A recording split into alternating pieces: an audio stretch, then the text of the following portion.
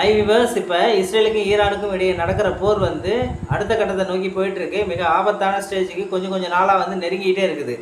இப்போ இஸ்ரேலுக்கு வந்து அமெரிக்கா வந்து நேரடியாக வந்து சப்போர்ட் பண்ணாங்க. அதேமாரி என்ன சொல்லியிருக்காங்க, ஈரான் வந்து தொடர்ந்து சரணடையலை அப்படின்னா என்ன பண்ணிடுவாங்க, இந்த 2 வாரத்தில் நாங்களும் வந்து களத்தில் குதிப்போம்னு சொல்லிட்டாங்க.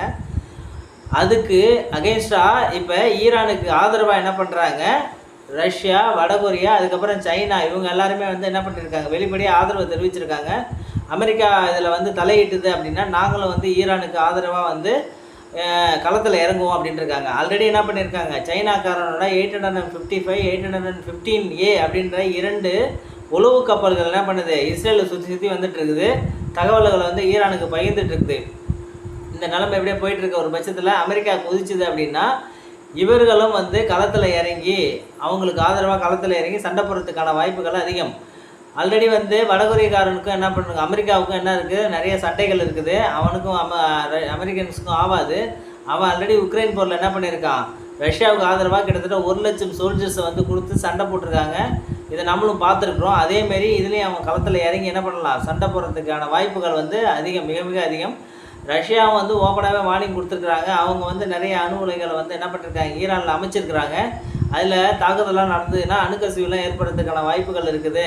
அமெரிக்கா வந்துச்சுன்னா நாங்களும் வந்து குதிக்கிறதுக்கான வாய்ப்புகள்லாம் அதிகம் அப்படின்னு சொல்லிட்டு என்ன பண்ணுறாங்க, மிரட்டுறாங்க. இப்போ இஸ்ரேல் வந்து என்ன பண்ணுறாங்க, அவங்க மேலே தாக்குதலை நடத்துறதுக்கு ஈரானும் பதில் தாக்குதலை நடத்தி கடுமையான சேதங்களை கொடுத்துருக்குறாங்க. அந்த கடுமையான சேதம்னு பார்த்தீங்கன்னா வந்து அவங்களோட இராணுவ பேஸு, அதுக்கப்புறம் வந்து அந்த மொசாதோட தலைமையகம், அது இல்லாத மக்கள் குடியிருப்பு அப்படின்றதெல்லாம் வந்து அவங்களோட அந்த பேலிஸ்டிக் மிசைல் இருக்குது இல்லைங்களா, அதை வச்சு அவங்க தாக்கியிருக்கிறாங்க. அவங்க அயன்டோமும் முடிஞ்ச வரைக்கும் போராடியும் வந்து என்ன பண்ணியிருக்கு, அதை தாண்டியும் வந்து அவங்களோட மிசைல்ஸ் எல்லாம் வந்து தாக்கிட்டு தான் இருக்குது.